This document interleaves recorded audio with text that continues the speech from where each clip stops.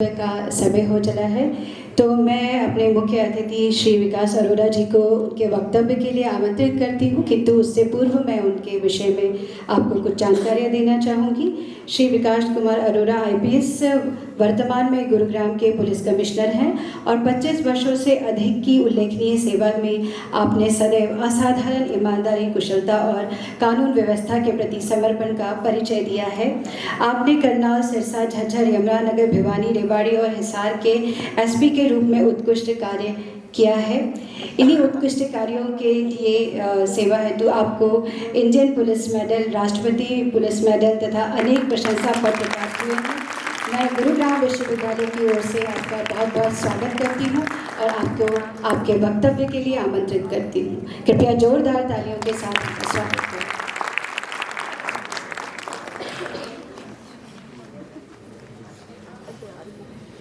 सभी को मेरा प्रणाम। तो बड़ा अच्छा लग रहा था सुन के, लेकिन थोड़ा ये है कि मुझे थोड़ा एक मीटिंग सेट की हुई है 1:30 बजे, तो लेकिन बोलना भी ज़रूरी है, यहाँ पे बुलाया है तो बड़ी प्रसन्नता है मुझे यहाँ पे आके कि गीता जयंती के अवसर पर इतने सारे लोग इकट्ठे हुए हैं और गीता जी पे चर्चा कर रहे हैं और बड़ा ये हर्ष का विषय है।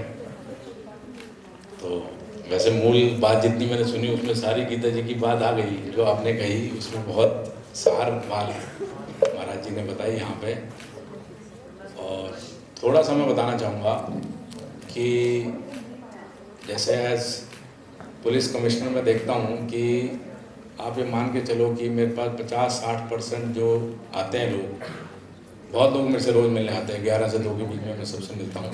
आज थोड़ा सा समय निकाल के सबको मैंने थोड़ा पोस्टपोन किया 9 बजे का। तो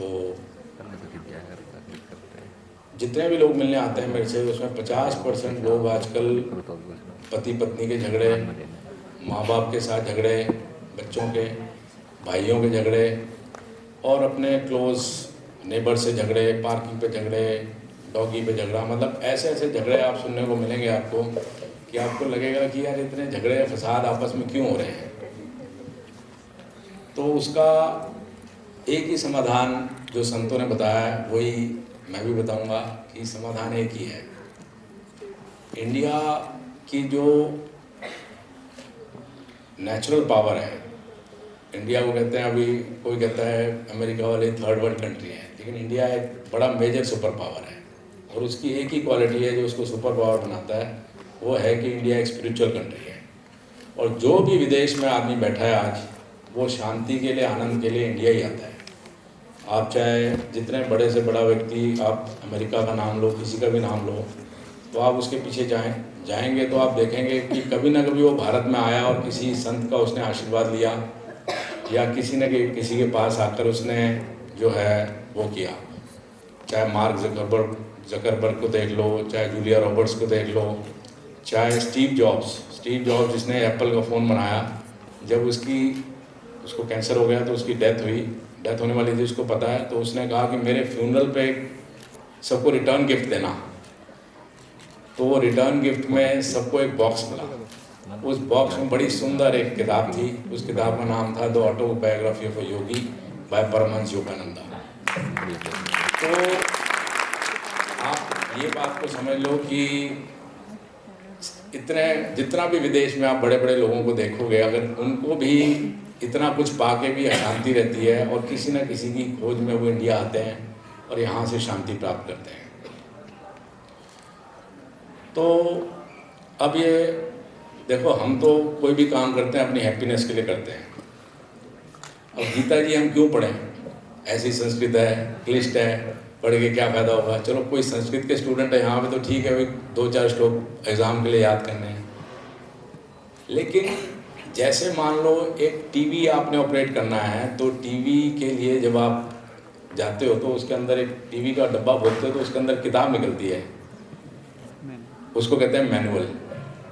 ऐसी इस लाइफ का मैनुअल जो है वो गीता जी है। अगर इसको नहीं पढ़ा, लाइफ का यूनिवर्स कैसे ऑपरेट कर रहा है, अगर आदमी ने ये नहीं समझा, तो वो धक्के खाते हुए जीवन तो क्रॉस कर जाएगा, लेकिन सुखपूर्वक जीवन नहीं व्यतीत कर पाएगा।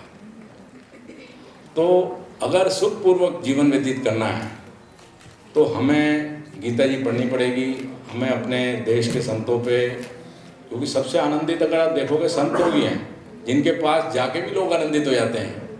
उनके पास इतनी हैप्पीनेस, खुशी होती है कि लोग उनके पास जाते हैं, शरण में जाते हैं, उनके आसपास जाते हैं, उनके ऑरा में इतनी खुश हो जाते हैं कि जिसका कोई मुकाबला नहीं है। तो जब तक हम गीता जी को नहीं पढ़ेंगे और यहाँ से शुरू नहीं करेंगे, तब तक हमें जो हम जीवन में सुखपूर्वक जीवन जीना चाहते हैं वो नहीं जी पाएंगे।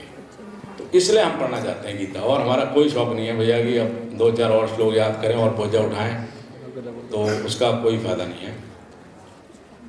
तो अर्जुन बहुत दुखी हो गया जब गीता जी स्टार्ट हुआ। तो अर्जुन युद्ध के बीच में खड़ा हो गया आके, सामने बड़ी भारी सेना, जो कि उसके गुरुजन भी, भीष्म भी, दादा भी, भाई भी, सब उसके सामने। और वो इतना शोकमग्न हो गया, इतना दुखी हो गया जीवन में। जैसे हमारे जीवन में प्रॉब्लम्स आती हैं, केवल प्रॉब्लम सॉल्विंग की किताब है गीता, और कुछ नहीं है। जीवन में जो प्रॉब्लम आए उसका सोल्यूशन जो है गीता जी है। तो उसके जीवन में प्रॉब्लम आई तो वो हमारे साथ एक नित्य शक्ति रहती है और एक हमारे अंदर भी रहती है, ये गीता जी में लिखा है। वो उसकी शरण में गया, अपना हायर सेल्फ। जैसे आप अंग्रेजी में पढ़ोगे हायर सेल्फ बोलोगे, इनर बीइंग बोलोगे, बिलवड डिवाइन बोलोगे, कुछ भी बोलोगे, तो एक शक्ति हमारे साथ रहती है। तो उसकी शरण में गया। उसने कहा भाई मैं फंस गया, कहाँ लाके मुझे खड़ा कर दिया और मेरे रोंगटे खड़े हो रहे हैं और मैं ये काम नहीं कर सकता, मैं युद्ध नहीं करूँगा, और बैठ गया। उससे बातचीत उसने शुरू की, जो हर एक नित्य शक्ति हमारे साथ रहती है। जैसे पंडित ने बताया, सब मम प्रिय सब मम उपजाए, तो ऐसी गीता जी में लिखा है, जीव लोके माँ में वंशे, माँ में वंशे जीव लोके। हर जीव जो है मेरा एक अंश है। अंश है मतलब हम जो हैं, एक जीव आत्मा जो है वो परमात्मा का बच्चा है, और वो उसको कभी छोड़ता नहीं है। उसके साथ ही एक शक्ति रहती है जो उसका हायर सेल्फ है। तो उसके पास वो गया, यार मैं थक गया, या मैं शोक में डूब रहा हूँ, मैं युद्ध नहीं कर सकता, मेरे रोंगटे खड़े हो सकते हैं, तो बता भाई क्या करूँ मैं। तो उन्होंने बोला, कार्पण्य दोषोपह स्वभावा पृच्छामि त्वाम धर्म समुच्चेता यच्छ्रेहा स्यानिष्टम रूहि तन्मे शिष्यस्ते हम शादी माम त्वाम प्रपन्नो। तो यहाँ मेरे ख्याल संस्कृत के स्टूडेंट है, मेरे ख्याल ये समझ लेंगे बात को तो सारे। तो थोड़ा समय कम है इसलिए थोड़ा एक्सप्लेन बहुत कम ही करूँगा मैं। तो बेसिकली वो सरेंडर हो गया भगवान पे और कहा निश्चित रूप से आप कहिए कि मेरे लिए क्या सही बात है वो मुझे बताइए। तो जो उसके हायर सेल्फ उसके साथ था, उन्होंने बोलना शुरू किया, उसके साथ बातचीत शुरू हुई। उन्होंने कहा हंसते हुए, यार तू क्यों चक्कर में पड़ रहा है यार, तू शरीर नहीं है, तू आत्मा है। तू अपने को शरीर के साथ आइडेंटिफाई करके, बुद्धि मन इन सब के साथ आइडेंटिफाई करके क्यों दुखी हो रहा है। तू मेरे अंश है और तू जो है नित्य आत्मा है, और आत्मा हमेशा अजर अमर है। जैसे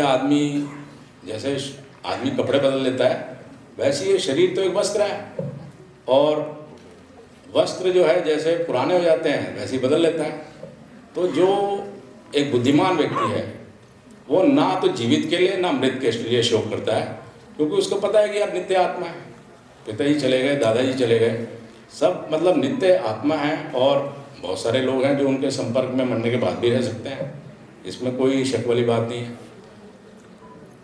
तो अर्जुन को उन्होंने ये बताया कि यार तू डर क्यों रहा है और क्यों नहीं काम कर रहा है, तू प्रॉब्लम से इतना क्यों भाग रहा है, तू खड़े होकर युद्ध कर। अगर युद्ध में वीर गति को प्राप्त होगा तो भी उच्च गति को प्राप्त होगा, और जीत जाएगा तो यहाँ का भोग भोगेगा।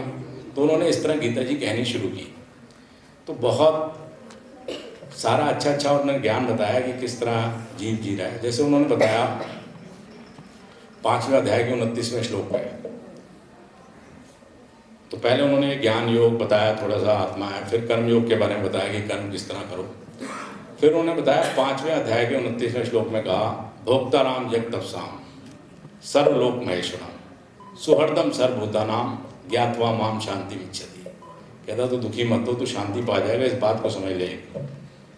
भोक्ताराम जगतपसाम कह रहा है यहाँ जो भी काम कर रहा है, जो भी काम चल रहा है, जो भी नियत कर्म कोई कर रहा है, उस सब का भोक्ता मैं हूँ, वो मेरे लिए काम कर रहा है। ये जो ड्रामा चल रहा है यहाँ पे पूरा, ये संसार एक रंगमंच है, और जो ड्रामा यहाँ पे चल रहा है पूरा का पूरा, उसका भोक्ता मैं हूँ, मैं डायरेक्टर उसका मैं हूँ, और ये मेरा ही ड्रामा चल रहा है पूरा का पूरा यहाँ पे। भोक्ताराम जगतपसाम सर्वलोक महेश्वरम, मैं जितने भी लोग तू इमेजिन कर सकता है उस सबका महाईश्वर हूँ। तेरे को तेरे साथ तो दिख रहा हूँ मैं, लेकिन मैं उस सबका महाईश्वर हूँ, तू कोई कमज़ोर अपने को ना समझ। सर्वलोक महाईश्वर, भोक्ताराम जगतपसाम सर्वलोक महाईश्वर, सर्वलोक महेश्वरम सुहृदम सर्वभूतानाम। और मैं हर जीव को बहुत प्रेम करता हूँ। मतलब आपकी कंडीशन की भगवान हमें प्यार करते हैं, उसकी एक ही कंडीशन है कि हम एग्जिस्ट करने चाहिए। आपको लगते हो कि आप एग्जिस्ट कर रहे हो तो गॉड इज़ लविंग यू। इतनी सिंपल सी बात भगवान ने कह दी कि मैं किंग ऑफ यूनिवर्स यार तुझे बहुत प्यार करता हूँ। कहता है इतना तुझे पता चल जाएगा तो तुझे शांति मिल जाएगी। तो इस बात को मान ले, ज्ञात्वा माम शांति मिच्छति। तो इस बात को मान ले, अगर इस बात को मान लेगा तो तुझे शांति मिल जाएगी। जैसे कहते हैं संत लोग, the secret of contentment is कि whatever is happening for good. Secret of contentment और कुछ नहीं है। सीक्रेट ऑफ कंटेंटमेंट इज सुहृदम सर्वभूतानां। क्योंकि भगवान जो है वो मंगल भवन है, कहते हैं मंगलों के मूल हैं, मंगल भवन है, मंगलहारी। तो मंगलों के मूल हैं और ये सारा ड्रामा उन्हीं का चल रहा है। तो जो भी यहाँ हो रहा है बढ़िया चीज़ के लिए हो रहा है। मान लो कोई दुख आ रहा है तो वो हमारे आध्यात्मिक उन्नति के लिए आ रहा है, कोई भौतिक सुख आ रहा है तो वो भौतिक उन्नति के लिए आ रहा है। तो दुख में आध्यात्मिक उन्नति बढ़ती है और सुख में आपकी भौतिक उन्नति बढ़ती है। तो दोनों में जो इस बात को मानता है वो सम रह सकता है। तो फिर भगवान ने और भी बहुत सारी चीज़ें कही गीता जी में। उन्होंने कहा अनन्य चिंतन तो माम ये जना परिपासते तेषाम नित्य भुक्ता नाम योगक्षेमम महाम्यम। कि जो अनन्य भाव से मेरा चिंतन करता है तो उसका योग और क्षेम मैं वहन करता हूँ। तो अगर मेरा चिंतन करता है, अपनी प्रॉब्लम की तरफ फोकस ना करके मेरा चिंतन करेगा या मेरे लिए काम करेगा, मेरी अवेयरनेस में रहेगा, कृष्णा कॉन्शियस वे में काम करेगा, तो तेरा योग और क्षेम मैं वहन करूँगा, खुद वहन करूँगा मैं तेरा योग और क्षेम। योग मतलब क्या होता है कि जो भी चीज़ तुझे चाहिए वो मैं तुझे प्राप्त कराऊँगा। और क्षेम मतलब जो तेरे पास चीज़ है उसकी रक्षा भी मैं करूँगा। तो भगवान ने इतनी बढ़िया चीज़ अपना इस श्लोक में कही, अनन्य चिंतन तो माम ये जना परिपासते तेषाम नित्य भुक्ता नाम योगक्षेमम महाम्यम। मतलब अपनी प्रॉब्लम की तरफ फोकस ना करके भगवान का चिंतन करो तो प्रॉब्लम अपने आप सॉल्व हो जाएगी। ये इसका मतलब है श्लोक का।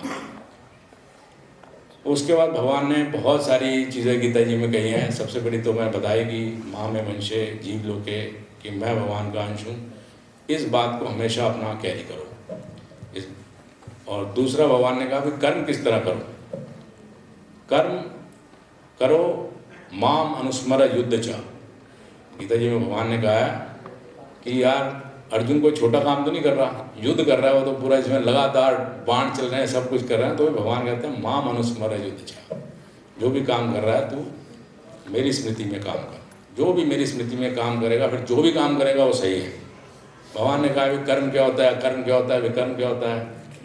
तो विकर्म हो गया कि मतलब बिल्कुल ही जो माला इनसे अगर किसी ने लॉ पढ़ा हो तो मतलब जो दिल से ही खराब लगता है कि भी किसी का मर्डर, रेप, ये सब मतलब विकर्म, जो दिल से ही आपको लगे बड़ा गंदा काम है, इनको छोड़ दे।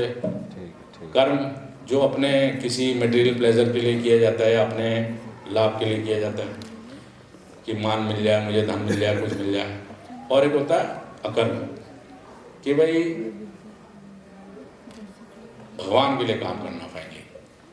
कि आदमी सोचेगा भाई, जैसे कहते हैं कर्मण्यवाधिकारस्ते माँ फलेषु कदाचन माँ कर्म फल हेतु भूर्मा माते व संगो कर्मणि। तेरी कर्म ना करने में भी रुचि ना हो। ऐसा ना हो कि तो सोचे यार सब भगवान ही करने वाले हैं तो मैं तो कर्म छोड़ के बैठ जाऊँ। पूरी गीता जी के एंड में क्या हुआ, अर्जुन ने ये नहीं कि जाके भगवान के चिंतन के लिए बैठ के जंगल बैठ गया, उसने पूरा युद्ध किया है और प्रोफेशनल वे में किया है, बिना चिंता के युद्ध किया है और बिना हैप्पीनेस के साथ युद्ध किया है उसने फिर पूरा का पूरा। ये है गीता जी का पर्पस कि जो आप काम करोगे उससे बेटर वे में करोगे और प्रोफेशनल वे में करोगे और बढ़िया तरीके से करोगे। और भगवान तो एंड में कहते हैं कि यत्र योगेश्वर कृष्णा यत्र पार्थ धनुद्रा तत्र श्री विजयो भूति धुआ नीतिमति मम। कहता है जो इस तरह काम करता है, यत्र योगेश्वर कृष्ण, जहाँ भगवान श्री कृष्ण है, और यत्र पार्थ धनुद्रा, और योग में करने वाला जहाँ पार्थ काम कर रहा है, कोई भी आपका हम लोग काम कर रहे हैं, तत्र श्री, वहाँ पे श्री होगी, लक्ष्मी होगी, मतलब अलौकिक। तत्र श्री विजय, विजय होगी वहाँ पे, भूति अलौकिक शक्ति होगी, ध्रुव नीतिमतिमम, नीति होगी। ये मेरा निश्चित मत है तो ये गीता जी का ये है कि गीता जी ने कभी नहीं समझाया कि, उन्होंने कहा भगवान ने तो गीता जी में कहा है यार कोई एक मिनट के लिए भी कर्म के बिना नहीं रह सकता। आदमी सन्यासी भी हो जाएगा तो मन तो दौड़ ही रहा है इधर उधर, और नेचुरल काम करने ही पड़ते हैं सारे के सारे।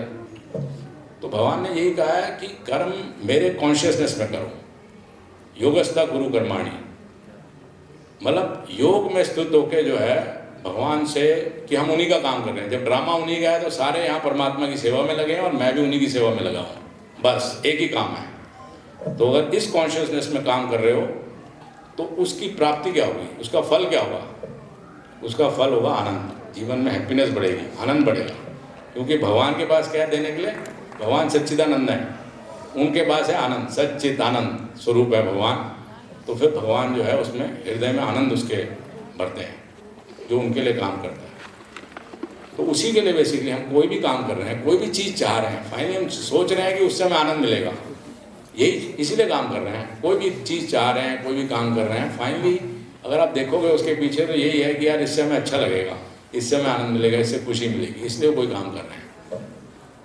तो अगर भगवान के लिए हम काम करेंगे तो हम बेसिकली हृदय में वो आनंद बढ़ते हैं अपने आप ही। उसका भगवान ने और बहुत चीज़ें कही। फिर एंड में भगवान ने कहा कि यार तुझे इतनी लंबी चौड़ी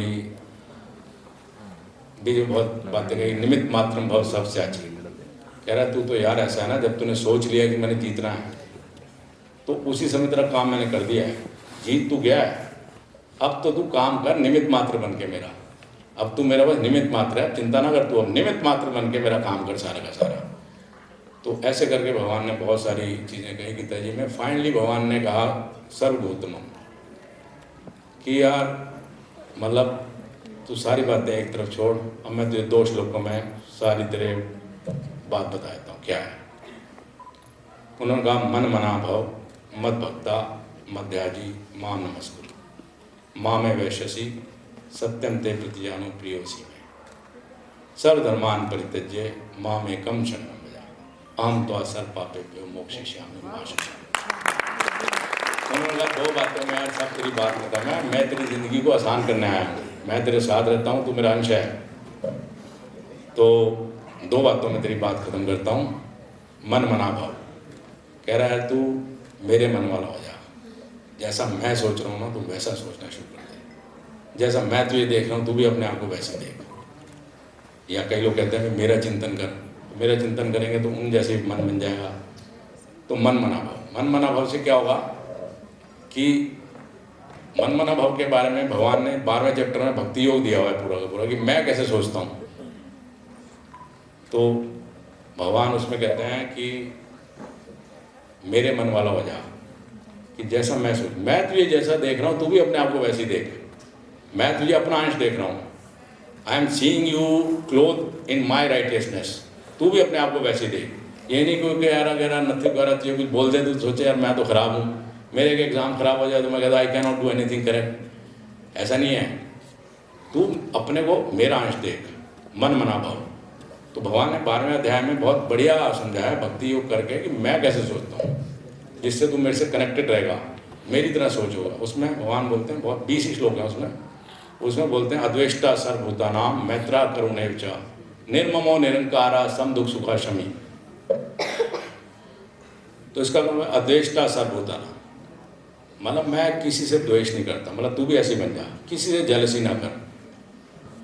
तो वो जेलसी क्यों नहीं करेगा आदमी, जब उसको दिखेगा कि यार जो भी इस संसार में बढ़ियापन हो रहा है वो मेरे ही अंदर आना चाह रहा है, वो बढ़ियापन मेरे ही अंदर आना चाह रहा है, या मतलब मैं उस लेवल पे जा रहा हूँ। जब तू ऐसा सोच लेगा तो तुझे कभी द्वेष नहीं होगा कि मैं कुछ बनना चाह रहा था, मेरे को वैसा व्यक्ति दिखा जो वैसा है, तो उसको मान ले कि भाई वो मैं वैसा बनना चाह रहा हूँ इसलिए वो मेरे जीवन में आया है, और खुश हो जा, तो तू अपने आप ही हाई हो जाएगा, उस लेवल पे बहुत जल्दी पहुँच जाएगा। अद्वेष्टा सर्वभूतानां मैत्रा, सभी के साथ मित्रतापूर्ण व्यवहार कर, क्योंकि सब में मैं भी राज रहा हूँ। भगवान ये कहते हैं गीता जी में अहम हृदय सानिविष्टो, मैं सबके हृदय में आसीन हूँ। तो मैत्रा करुण, कंपैशनेट, मतलब कोई दुखी आदमी हो तो ये नहीं यार तू गंदा आदमी है, तेरे कर्म खराब हैं, तेरे ये किया है, तो उसके कंपैशनेट, तो भगवान का गुण है कंपैशनेट। मैत्रा करुण एव च निर्ममो, निर्ममो मतलब ममता ममता से कोई मतलब नहीं है यहाँ पे। भगवान का जब ड्रामा चल रहा है तो यहाँ आए हैं, ड्रामा अपना रोल प्ले करेंगे, जाएंगे। तो इसमें ममता के चक्कर में नहीं पड़ना है यहाँ पे।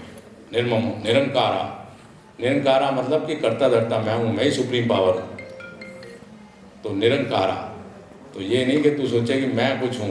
अब हनुमान जी जैसे बड़े ग्रेट मतलब भगवान के दास हुए हैं, उनसे एक बार बड़ा अच्छा प्रसंग है। उनसे पूछा राम जी ने अपने पास बिठा गए कि हनुमान जी ये तुमने इतने बड़े बड़े काम कर दिए यार, इतनी बड़ी लंका क्रॉस कर दी और राक्षसों को मार दिया और लंका जला डाली, सीता जी का पता ले आया, समुद्र क्रॉस कर लिया, ये बड़े काम तुमने कैसे किए? ये हनुमान जी से क्वेश्चन पूछा राम जी ने। तो देखो हनुमान जी ने क्या किया।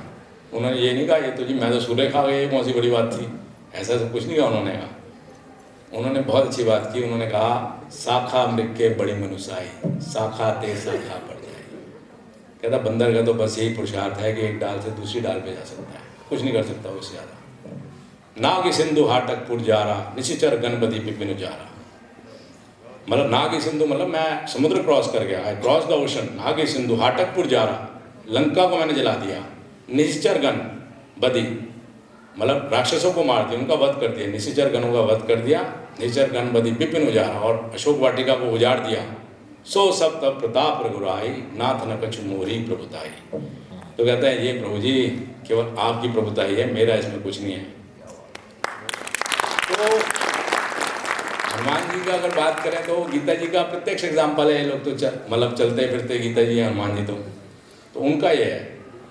उसके आगे भी बोलते हैं वैसे, ता कहो प्रभु कछु अगम नहीं, जा पर तुम अनुकूल, तब प्रभाव बढ़वान ली, जारी सकै खलु तू। तो कहते हैं भाई ता कहो प्रभु कछु अगम नहीं, जा पर तुम अनुकूल, जिस पर तुम अनुकूल हो प्रभु उसके लिए कुछ nothing is impossible for that man, जिस पर आप अनुकूल हो। तब प्रताप बढ़वान ली, जारी सकै खलु तू। एक छोटा तिनका भी बड़े जंगल को जला सकता है आप जिस पर कृपा करते हो। तो ये सब भगवान के प्रताप है। तो निरंकारा आदमी हो जाएगा उस तरह से। ऐसे बहुत सारे श्लोक हैं 12वें अध्याय में भगवान कैसे सोचते हैं। मन मना भाव के बारे में बता रहा था। यस्मानो दुजते लोको लोकानो दुजते चय, हर्ष अमर्ष भय उद्योग मुक्त, यश च में प्रिया।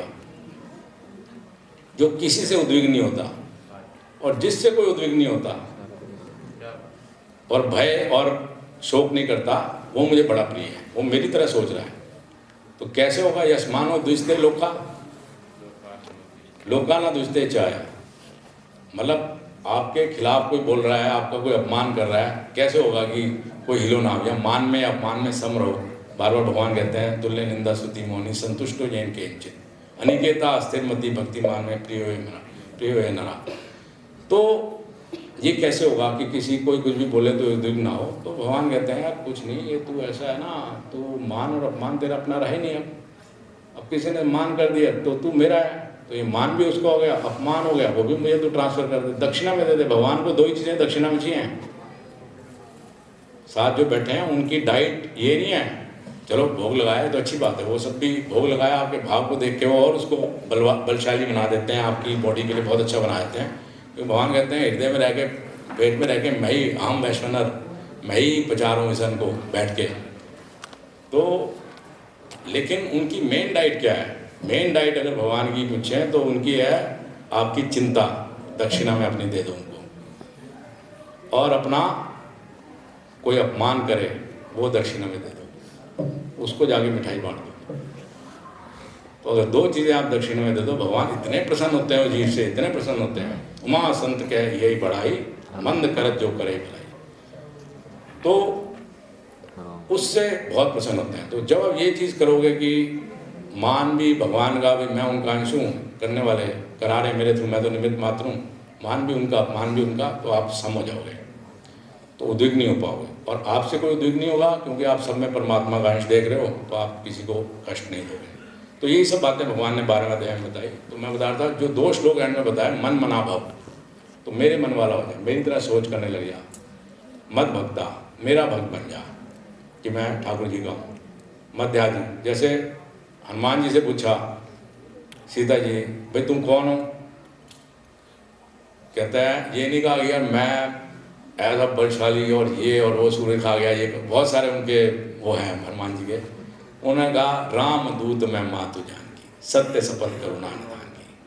कहते हैं भैया मैं जो हूँ राम जी का दूत हूँ। उन्होंने कुछ अपनी ये कोई बढ़ाई नहीं, राम जी का दूत हूँ, यही पहचान है। तो मत भक्ता मध्याजी, मध्याजी मतलब मेरी पूजा, सारे कर्म मेरी पूजा मान के कर, जो भी संसार में कर रहा है, क्योंकि ड्रामा उसी का है, तो मेरी पूजा मान के कर। मत भक्ता मध्याजी माम नमस्कुरु, सब में मुझे देख के प्रणाम कर दे। तो इससे क्या होगा, माँ में वैश्यसी सत्यम ते प्रतियानो प्रियवसी में, मैं सत्य प्रतिज्ञा करके कहता हूँ कि तू मुझे प्राप्त हो जाएगा, मतलब तू पूर्ण आनंदित हो जाएगा सदा के लिए। तो ये भगवान कहते हैं। फिर कहते हैं, अर्जुन कहता है यार ये तो मेरे बड़ी चिंता है, क्या है ये, क्या हो गया? तो कहता है सर्वधर्मान परित्यज्य माम एकम शरणं व्रज अहम त्वा सर्व पापेभ्यो मोक्षयिष्यामि मा शुचा। यार तू अपनी सारी समस्याएं, सारी प्रॉब्लम, सारी रिस्पॉन्सिबिलिटीज मुझे दे दे, एक मुझे दे दे, मैं तुझे सब पापों से मुक्त कर दूंगा, तेरा सारा काम मैं कर दूंगा। माँ शुचा, तू चिंता मत कर, बस तू अपनी चिंता मुझे दक्षिणा में दे दे। ये कह के भगवान ने गीता जी बंद कर दी। तो कहा ये 2 श्लोक जो हैं सर्वोत्तमम बोलते हैं। तो आप लोग भक्त आदमी हो इसलिए आपको बताया। और फिर भगवान ने कहा भाई तुझे अर्जुन क्या हुआ, इतना कुछ तूने सुन लिया, तेरे को क्या फर्क पड़ा? तो उन्होंने कहा नष्टो मोह स्मृति लब्ध्वा तत्प्रसादात् मयाच्युत स्थितो अस्मि गत संदेहा करिष्ये वचनं। कहता मेरा मोह का नाश हो गया भगवान, मतलब अपना हायर सेल्फ और अपने बीच की बातचीत चल रही है। कह रहा मेरा मोह का नाश हो गया। जो मैं सोच रहा था कि यार ये मेरा पद, ये मेरी बीवी, ये मेरा बच्चा, ये सारी जो कहानी है मुझे सारी समझ में आ गई कि मैं ये हूँ, ये नष्टो हूँ, मेरा मोह नाश हो गया। स्मृति लब्ध्वा, मुझे जो मैं चीज़ भूल गया था कि मैं आपका अंश हूँ, मुझे याद आ गई। कहता कैसे याद आ गई? तत्प्रसादात् मया अच्युत, कहता आपकी कृपा से याद आ गई। क्यों याद हो गई? आप अच्युत हो, आप फेल नहीं होते कभी भी। मैं आपकी शरण में आया तो आपने करना ही था ये काम, आपकी कृपा से मुझे ये ज्ञान प्राप्त हो गया। नष्टो मोह स्मृति लब्ध्वा तत्प्रसादात् मया अच्युत स्थितो अस्मि, अब मैं स्थित हो गया इस ज्ञान में। गत संदेहा, मेरे सारे डाउट चले गए। करिष्ये वचनं तव, अब जो है कहता क्या करेगा तू? कह रहा अब आपने जो कहा है मैं वही करूँगा, उसी तरह से काम करूँगा जैसा आपने कहा है। और उसके बाद गीता जी के बाद उसने आपको पता ही है युद्ध किया, और भी प्रोफेशनल और बढ़िया वे में युद्ध किया। यहाँ तक कि जब प्रण ले लिया कि मैं इसको कल मार दूंगा सूर्य अस्त से पहले, भीष्म ने या जो भी प्रण ले लिया, तो एक बार कृष्ण भगवान गए, अर्जुन सो रहा था आराम से, कह रहे यार ये तो बड़ा है, तो छोड़ेगा तो है नहीं इसको। सारे मिलके भीष्म ने इतनी बड़ी बड़ी प्रतिज्ञा ले ली है कि कल सूर्य से पहले मार दूंगा, तो बात तो सत्य होगी यदि। अर्जुन जो है बस अपना सो रहा, उसकी सांस सांस में कृष्ण नाम चल रहा और मस्ती में सो रहा। तो ये गीता जी का प्रभाव हुआ। तो गीता जी हमें कोई ऐसा नहीं है, कोई संस्कृत ज्ञान नहीं है, कुछ करना है, नथिंग ऑफ दैट सॉर्ट। भाई हमें खुश रहने के लिए कोई चीज़ चाहिए, ठीक है। और भगवान कहते हैं एक बार मान के चल तो सारा कुछ तेरे हृदय में मैं ही प्रकट कर दूंगा। ज्ञान दीप तेरे हृदय में मैं ही प्रकट कर दूंगा सारा का सारा। तेषाम अनुकंपार्थम ज्ञान दीपेन भासुता, मैं ही तेरी अपनी कृपा से तो इस मार्ग पे चलेगा तो तेरे हृदय में सारा ज्ञान का दीपक मैं जला दूंगा। सोई जाने ही जय दे जनाई, जाना हो तुम्हें तुम्हें हो जाए, वही जान सकता है जिसको प्रभु आप जना दो, तो बाकी और कोई जान नहीं सकता। तो आज थोड़ा सा गीता जी के बारे में जो मैंने संतों के मुख से सुना वो मैंने आपको, क्योंकि मैं कुरुक्षेत्र में पैदा हुआ हूँ, वहीं पला बड़ा हूँ, जहाँ गीता जी बोली है उसके बगल में मेरा जन्म हुआ है, 12वीं तक मैं वहीं रहा हूँ, तो मैंने बातें सारी सुनी है, संतों के मुख से डायरेक्ट सुनी है मैंने। तो इसलिए मुझे लगा कि आपके साथ मैं ये सब चीज़ें शेयर करूं। और हम तो केवल बोल रहे हैं, मतलब जैसे कहते हैं ना कि बोलने वाले मतलब सुनने वाले बहुत हैं, बोलने वाले कुछ हैं, चलने वाले बहुत कुछ ही हैं। तो हमने जो सुना वो आपको सुनाया, लेकिन भगवान से प्रार्थना है कि मैं भी चलूँ कुछ उस मार्ग पे और आप लोग भी चलो। लेकिन इतना मुझे दृढ़ विश्वास है कि जीवन बहुत आनंदमय हो जाएगा अगर हम इस मार्ग पे चलेंगे। तो मेरा सब आज प्रण लें, गीता जयंती का बड़ा पावन अवसर है, अभी मार्गशीर्ष शुक्ल एकादशी आने वाली है मंडे को, तो हम लोग भी गीता जी स्टार्ट करें। और भगवान का भी एक प्रण है, जो गीता जी पढ़ेगा तो वो बुद्धि के द्वारा मेरी सेवा करेगा, और उसकी बुद्धि को मैं सेवा करेगा तो उसकी बुद्धि मैं सही बना दूंगा और ज्ञान के दीपक से अपने आप उसके हृदय में